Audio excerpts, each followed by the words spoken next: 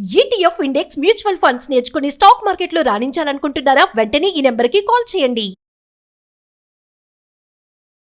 నమస్తే అండి. మన తెలంగాణ రాష్ట్ర ప్రభుత్వం అయితే టీజీపీఎస్సీ ఓటీఆర్ని అప్డేట్ చేసుకోండి అని చెప్పడం అయితే జరిగింది. అసలు ఈ టీజీపీఎస్సీ ఓటీఆర్ అనేటువంటిది దేనికి సంబంధించినటువంటిది? అసలు ఈ ఓటీఆర్ చేసుకోకపోతే ఏమవుతుంది? అసలు ఓటీఆర్ చేసుకున్నటువంటి వాళ్ళు ఖచ్చితంగా చేసుకోవాలా అనేటువంటి దాని గురించి పూర్తిగా ఈ యొక్క వీడియోలో తెలుసుకునేటువంటి ప్రయత్నం చేద్దాము. కాబట్టి ఈ యొక్క వీడియోని పూర్తిగా చూస్తేనే మీ యొక్క సందేహానికి పూర్తిగా సమాచారం అయితే దొరకడం జరుగుతుంది. ఫస్ట్ ఈ యొక్క ఓటీఆర్ అనేటువంటిది ఏంటంటే, మనకు తెలంగాణ రాష్ట్ర ప్రభుత్వం విడుదల చేసేటువంటి గ్రూప్స్ నోటిఫికేషన్స్ ఏదైతే ఉంటుందో, అలాగే బీఆర్ఏకు సంబంధించినటువంటి నోటిఫికేషన్ ఏదైతే ఉంటుందో, ఈ యొక్క నోటిఫికేషన్స్కి అప్లికేషన్ చేసుకోవాలంటే ఖచ్చితంగా మనకు ఓటీఆర్ అనేటువంటిది ఉండాలి.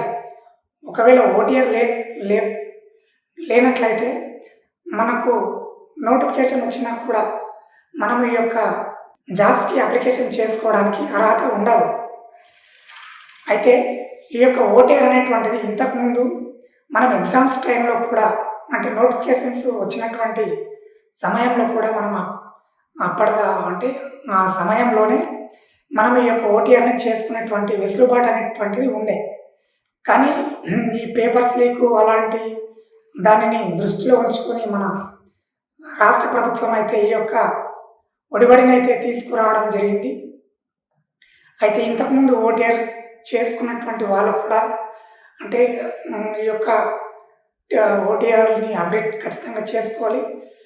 ఒకవేళ ఓటీఆర్ అప్డేట్ చేసుకున్న తర్వాత కూడా ఎలాంటి ఎడ్యుకేషన్ చేయలేదు, మేము లాస్ట్ టైం ఓటీఆర్ చేసుకున్నాం, మొత్తం సర్టిఫికేట్స్ అప్లోడ్ చేసినాము అని మీరు అనుకున్నట్లయితే కూడా మీ యొక్క ఫోటో, సిగ్నేచరు, అలాగే మీ యొక్క డీటెయిల్స్ని ఒకసారి క్రాస్ చెక్ చేసుకొని మీ యొక్క ఓటీఆర్ని మరొకసారి రీసబ్మిట్ చేసుకోండి ఖచ్చితంగా. ఇంకొక విషయం ఏంటంటే, ఖచ్చితంగా ఎస్సీ కేటగిరీస్ సంబంధించినటువంటి వారు ఈ యొక్క ఓటీఆర్ని ఒకసారి క్రాస్ చెక్ చేసుకోండి. ఎందుకంటే ఎస్సీ వర్గీకరణ అనేటువంటిది తీసుకురావడం జరిగింది. మీ యొక్క క్యాస్ట్ సర్టిఫికేట్ని మరొకసారి మీ యొక్క మండల ఆఫీస్లో కొత్త క్యాస్ట్ సర్టిఫికేట్ తీసుకుని మళ్ళీ రీసబ్మిట్ చేసేటువంటి ప్రయత్నం అయితే చేయండి. ఇంకొకటి ఏంటంటే, గతంలో వన్ టైం రిజిస్ట్రేషన్ ఓటీఆర్ చేసుకున్న అభ్యర్థులు ఇప్పుడు అందరూ మళ్ళీ అప్డేట్ చేసుకోవాలా అని అడగడం అయితే జరుగుతుంది. అది దాని గురించి ఇప్పుడైతే మనం తెలుసుకుందాం.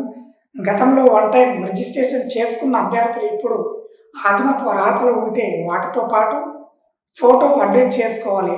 అదనపు అర్హతలు లేకుంటే కేవలం తమ వివరాలు సెర్చ్ చేసుకొని కొత్త పాస్పోర్ట్ అప్డేట్ చేసుకుంటే సరిపోతుంది.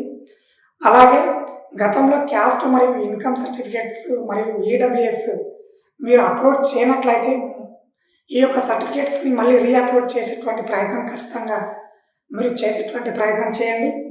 ఇంకొక విషయం ఏంటంటే, గతంలో ఎన్ని సర్టిఫికేట్స్ అప్లోడ్ చేసి ఉంటే ఇప్పుడు కేవలం తమ వివరాలు, అంటే గతంలో మొత్తం సర్టిఫికేట్స్ అప్లోడ్ చేసి ఉన్నాము అని అనుకున్నటువంటి వారు కూడా మీ యొక్క ఓటీఆర్ని ఒక్కసారి క్రాస్ చెక్ చేసుకోవడం ఎందుకైనా మంచిది. ఒకసారి క్రాస్ చెక్ చేసుకొని కొత్త పాస్పోర్టుని అప్లోడ్ చేస్తే సరిపోతుంది. ఇంకోటి ఏంటంటే, ఓటీఆర్ అనేది ఎల్లప్పుడూ ఉంటుంది.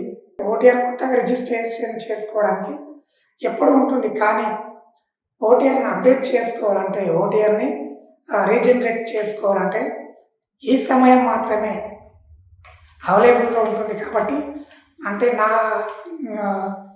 దీన్ని బట్టి చూస్తుంటే అతి త్వరలో మనకు నోటిఫికేషన్ రావడానికి కూడా అవకాశం ఉందని తెలుస్తుంది. కాబట్టి ఈ ఓటీఆర్ విషయంలో ఎవరు కూడా నెగ్లెక్ట్ చేయకుండా ఖచ్చితంగా ఈ యొక్క ఓటీఆర్ని అప్డేట్ చేసుకోండి. ఇంకొక విషయం ఏంటంటే, ఇవి అన్నీ టీఎస్పీఎస్సీ భవిష్యత్తులో జారీ చేసిన నోటిఫికేషన్స్కి అప్లికేషన్ చేసుకునే వారు మాత్రమే. ఇంకొక విషయం ఏంటంటే, చాలామంది నిరుద్యోగులు నాకు ఫస్ట్ క్లాస్ బోనఫైడ్ లేదు, సెకండ్ క్లాస్ బోనఫైడ్ లేదు, ఫస్ట్ నుంచి థర్డ్కి జంప్ చేసిన సెకండ్ క్లాస్ బోనఫైడ్ లేదు అని ఈ యొక్క ఓటీఆర్ దగ్గర నెగ్లెక్ట్ చేయడం అనేది జరుగుతుంది. మనకు ఫస్ట్ నుంచి 7th వరకు ఏ యొక్క బోనఫైడ్ లేకపోయినా కానీ మీకు ముందున్నటువంటి బోనఫైడ్ లేదా ఆ యొక్క తరగతికి తర్వాత ఉన్నటువంటి బోనఫైడ్ అప్లోడ్ చేసినా కానీ ఆ యొక్క ఓటీఆర్ అనేటువంటిది సబ్మిట్ కావడం అయితే జరుగుతుంది. అయితే టీఎస్పీఎస్సీ వాళ్ళు ఈ యొక్క డౌట్స్ గురించి ఎలాంటి క్లారిటీ ఇవ్వలేరు కాబట్టి మనము ఆ యొక్క గ్యాప్ ఉన్నటువంటి ముందు తరగతిది కానివ్వండి లేక వెనకాల ఉన్నటువంటి తరగతిది కానివ్వండి బోనఫైడ్ని అప్లోడ్ చేస్తే సరిపోతుంది.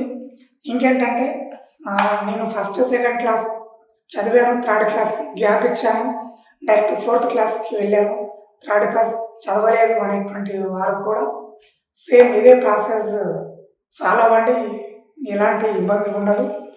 కాబట్టి అతి త్వరగా మార్చి 20 వరకు లాస్ట్ డేట్ ఉంది కాబట్టి మీరు ఎంత తొందరగా ఓటీఆర్ని అప్డేట్ చేసుకుంటే అంత మంచిది. మీకు ఎలాంటి డౌట్స్ ఉన్నా కానీ కామెంట్స్లో అడగండి, మీకు క్లారిటీ ఇవ్వడం జరుగుతుంది. Thank you.